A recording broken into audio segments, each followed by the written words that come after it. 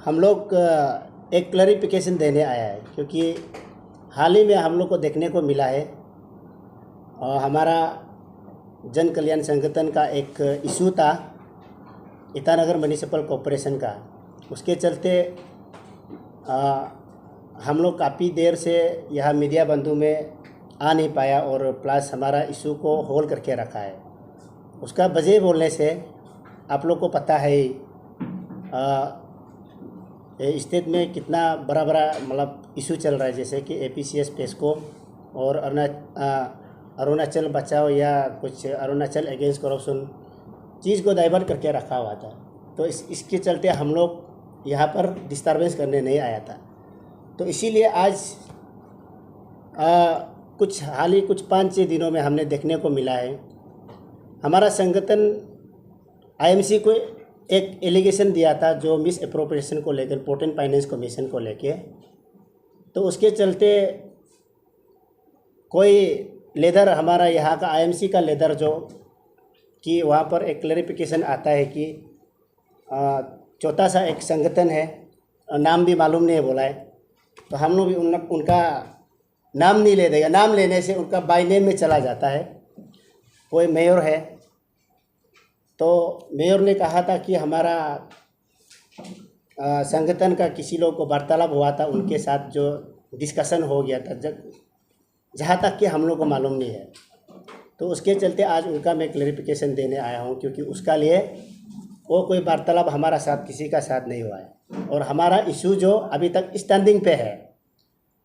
तो आज वो सिर्फ नहीं है, वहाँ में क्या क्या कर रहा है आज हम देखने को मिल रहा है। यहाँ IMC में देखा जाएगा तो एक ही प्रोजेक्ट को लेकर बार बार विजिटिंग में जा रहा है। वेल एंड गुड, बहुत अच्छी बात है। इस तरह से हम भी चाहता है कि हर एक कोई 90 करोड़ का FFC जो उनका हाथ में दिया गया था जब से कॉर्पोरेशन शुरू हुआ है, और उनका अकाउंट में जो ट्रांसफ़र हो उनका भी पूरा लेखा जोखा होना चाहिए, उनका भी विजिटिंग होने से अच्छा रहेगा। ये मेरा बात है। तो आज एक दूसरा बात ये है कि ये पोर्ट फाइनेंस कमीशन को जब इम्प्लीमेंटेशन करने के लिए सबसे पहले तो हर एक चीज़ का हर एक सिस्टम होता है स्ट्रक्चर फॉर्म में गवर्नमेंट में, कि एक ये हो जाता है, बिजनेस मीटिंग किया जाता है। तो बिजनेस मीटिंग में उसमें 6 बिजनेस मीटिंग में उनका एक लेखा जोखा हमको देखने को मिलता है, जो कि मेयर ने पास कर देता सिंगल आदमी जो कि उसको वर्क ऑर्डर होना है बोलने के बावजूद, तब क्या करता है एक ही आदमी सिंगल मतलब पास करता है। तो वो लेखा जोखा यहाँ पर है कि आप लोग को जो ऑफिस में अवेलेबल मिल जाएगा, शायद आप लोग का पास है भी होगा। तो दूसरा जो बिजनेस को विदाउट एनी डिस्कशन में एक आदमी हो जाएगा, और दूसरा जो बोलता है हम भी सपोर्ट करता है बोल के वार्ड नंबर 5 का ये दोनों लिखा वाला से तब से ये वर्क ऑर्डर बांटा गया है। उसके चलते साथ साथ में ये है कि उनका जो कमिश्नर का ऑर्डर जारी करता है कि on basis of CPWD manual 2014 and 19, जहाँ तक कि मेरा ये मानना है और कॉन्ट्रैक्टर लोगों का मानना है, ये CPW मैनुअल ऑलमोस्ट डेड है, यानी कि उसको फंक्शन किया लागू नहीं किया जा सकता। हाँ, लागू भी किया जाएगा। अभी हाल ही में डिस्ट्रिक्ट बेस्ड एंटरप्रेन्योरशिप एक्ट को 2020 में मॉडिफिकेशन किया गया, जो कि आप लोग को पता है, सरकार को पता है, सबका साथ है, सबका हाथ में है। तो ये भी ठीक है, आप उनके जरिए भी Not everything in life needs an effort. Some things are just as easy as a click. Now get your favorite food at your doorstep from the best restaurants in your city. Served hot, straight from the kitchens of your favorite eateries to the plates in your homes, just with a touch of your fingertips. We at AP Eats are all set to fulfill your craziest food cravings. So, what are you waiting for? Order now from AP Eats, the fastest online food delivery service of Arunachal. COD and online payments are also available. Download the app now. उनके जरिए भी कर सकता है। हाँ, मगर एक बात आपको जानना है, एक बात आपको जानना पड़ेगा कि सभी पब्लिक को, सभी मीडिया बंधु को और सभी इंजीनियरिंग को भी पता है कि हमारा एक एग्जीक्यूटिव इंजीनियरिंग का एक वर्क ऑर्डर देने का लिमिटेशन होता है पर ईयर में उनको 50 लाख का वर्क ऑर्डर देने का सिर्फ अनुमति है, यानी कि लिमिट होता है। अब XYZ को दो, अब 1-2 लाख करके भी किसी को भी दो, आपका पर ईयर जो ये है खाली एक एक्शन जो आपको 50 लाख का ही दे सकता है पर ईयर में, पर एनम। जो आपको भरोसा नहीं होगा, CPW मैनुअल का उसमें भी लेकर चला जाइए, सीरियल नंबर 22 में और पेज नंबर 360 में CPW 2014 में, उसमें भी क्लियर लिखा हुआ है। तो आप उसको भी अगर विश्वास नहीं करेगा तो सीधा आप लोग किसी भी चीफ इंजीनियर में जाके पूछ लीजिए, कोई भी डिपार्टमेंट में उनका पर ईयर का वर्क ऑर्डर कैपेसिटी कितना है जो एवार्ड करने का। तो ये है। तो दूसरा बात यहाँ पे हम लोग आता है कि जब ऑफिस ऑफ द प्रॉफिट में चला जाने से, यहाँ तक कि आप लोगों को पता है, सभी को पता है कि कोई इलेक्टेड तो उनका पत्नी हमारा एलिगेशन यही था, पिक एंड चॉइस है। ऑफिसर का बीवी, कॉर्पोरेटर का बीवी, उनका बच्चा, उनका कहीं नाम पे काम कर रहा है, ये हमारा एलिगेशन था। आज हमने प्रूफ भी कर लिया, ये सारा उनका किसी का है, जो आप लोग को दिखाया जाएगा। अगर नाम सार्वजनिक करना है तो तभी भी हम कर देगा। वार्ड नंबर 5 का कोई बीवी का नाम पे है और ये एक्शन ईटानगर एक्शन का बीवी का नाम पे है वर्क ऑर्डर, जो कि अभी LOC भी यहाँ पे है, जो कि वर्क ऑफ एबार्ट यहाँ भी है, सब कुछ एग्रीमेंट वगैरह जो अभी। और ये नियम के अनुसार नहीं होता है कि आप टेंडर करेगा आपका बीवी को देगा, ये है। तो अगर इस तरह से किया जाएगा तो हमारा ये क्वेश्चन, ये सवाल है, तो बाकी लोग क्या करेगा? ऐसे बल्कि नहीं है, यहाँ पर डिस्ट्रिक्ट बेस्ड एंटरप्रेन्योरशिप एक्ट का भी वायलेशन किया गया है, जो कि क्लास 1 लोग क्लास 3 का काम कर रहा है, क्लास 3 लोग क्लास 5 का काम कर रहा है। जो क्लास 3 का एक लिमिट होता है 1 करोड़ टू 3 करोड़, हाँ, और 3 करोड़ का एबोव होता है 5 करोड़ तक का क्लास 2 कर सकता है। देन और 5 करोड़ टू 10 करोड़ तक का क्लास 1 कर सकता है। और A+ जो कि 10 करोड़ एंड एबोव वो सार्वजनिक है। लेकिन यहाँ क्या हो रहा है, क्लास 1 भी 19 लाख में 45 लाख में काम कर रहा है, वो बिल्कुल ही मतलब डिस्ट्रिक्ट बेस्ड एंटरप्रेन्योरशिप को भी यहाँ पर कत्ल किया जाता है। ये आप लोगों को जैसे मैंने बता दिया। और यहाँ पर कोई कॉर्पोरेटर का खुद का फार्म है जो कि आप लोग को, और दूसरा जो आता है यहाँ कॉर्पोरेटर का बीवी बच्चा और इंजीनियरिंग का बीवी बच्चा, ये है। तो ये आप सारा जो लिखा जो का यहाँ पे 1000+ ओ है। तो इसलिए हमारा मांग है ये सब को जांच होना चाहिए, इंक्वायरी होना है। तो हाल ही में हमको देखने को ये मिलता है कि विजिलेंस से क्लियरेंस आ रहा है, 2 बार लेटर लिख चुका है, ऐसा कहीं बातें भी किया गया है।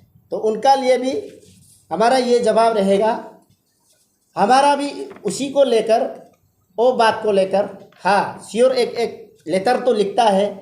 जब हम विजिलेंस में कंप्लेंट चला जाता है तो वहाँ पर एक लेटर तो श्योर लिखता है कि गवर्नमेंट ऑफ अरुणाचल ने एक सिस्टम बनाया है, विजिलेंस जाने से पहले, इंक्वायरी जाने से पहले, केस पुटअप होने से पहले एक आपको व्यू लेना पड़ता है। वो व्यू को लेकर कि बोल रहा है कि हमको क्लियरेंस मिलेगा, उसी को लेकर आज यहाँ पर एक लेटर भी हम लोग को कोरेस्पॉन्डिंग करता है कि हमारा केस जो विजिलेंस में है आपको इंफॉर्मेशन दिया नहीं जाएगा। ये नाहरलगुन डिवीज़न का कहना है।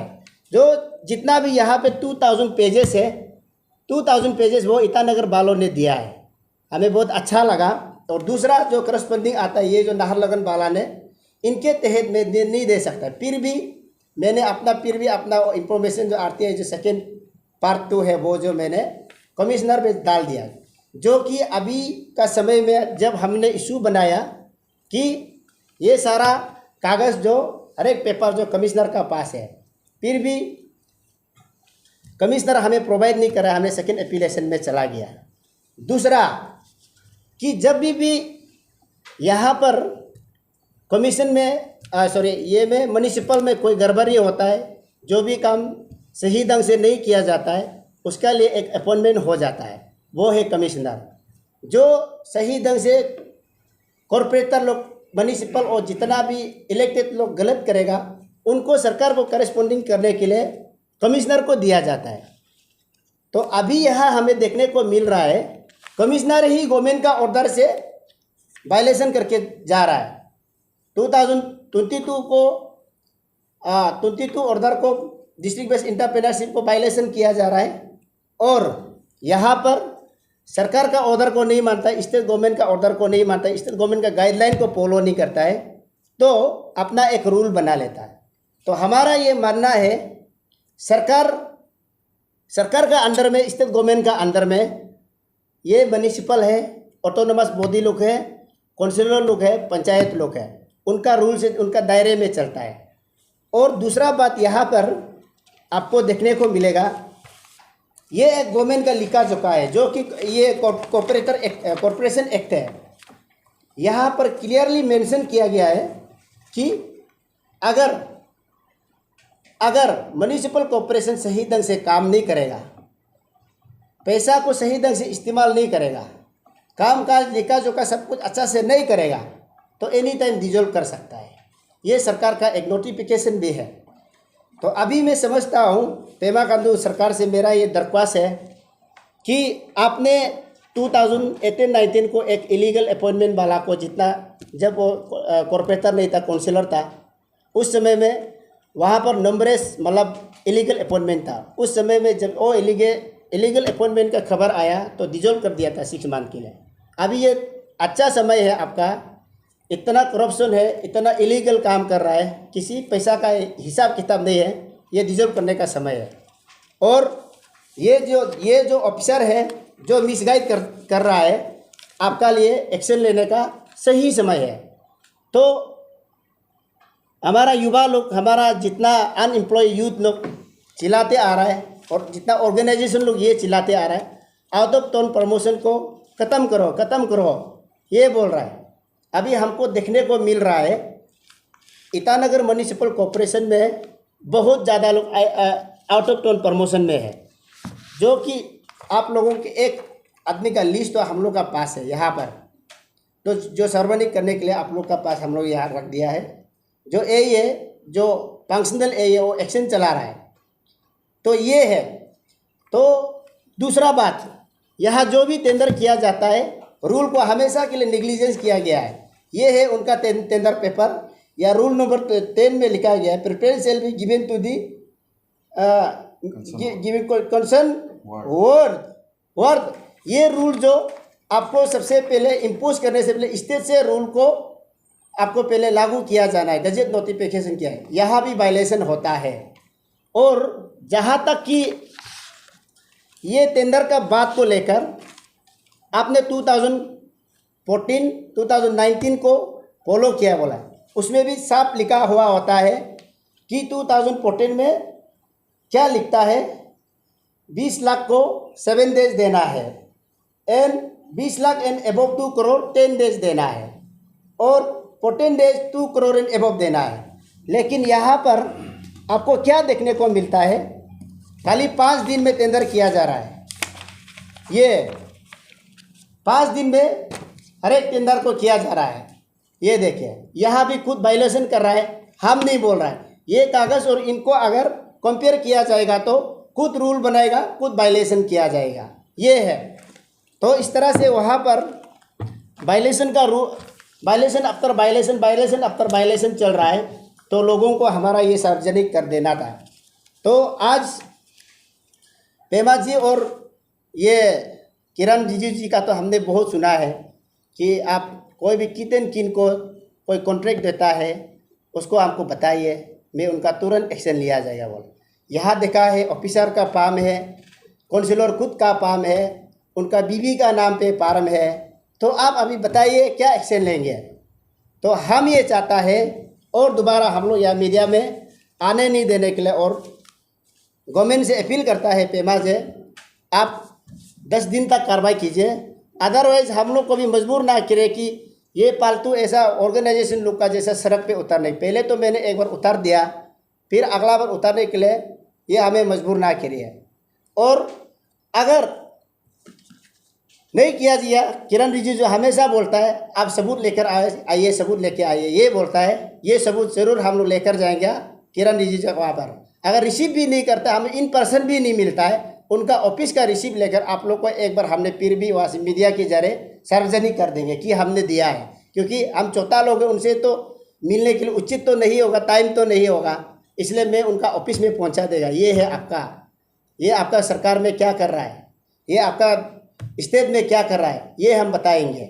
और ये लड़ाई को पब्लिक ये नहीं सोचना है कि बाकी ऑर्गेनाइजेशन जैसा, बाकी आदमी जैसा, बाकी लड़का जैसा ये ऑर्गेनाइजेशन डेथ हो गया और ये इशू डेथ हो गया। ये इशू को हम सरकारी तौर पे भी लड़ेंगे, कानूनी तौर पे भी लड़ेंगे, सड़क पे भी लड़ेंगे। तीन जगह पर हम लड़ाई लड़ेंगे। जब तक न्याय नहीं होगा, जब तक ये नहीं होगा, अपना बात को सरकार अमल नहीं करता, तब तक हम लड़ेंगे। Thank you very much.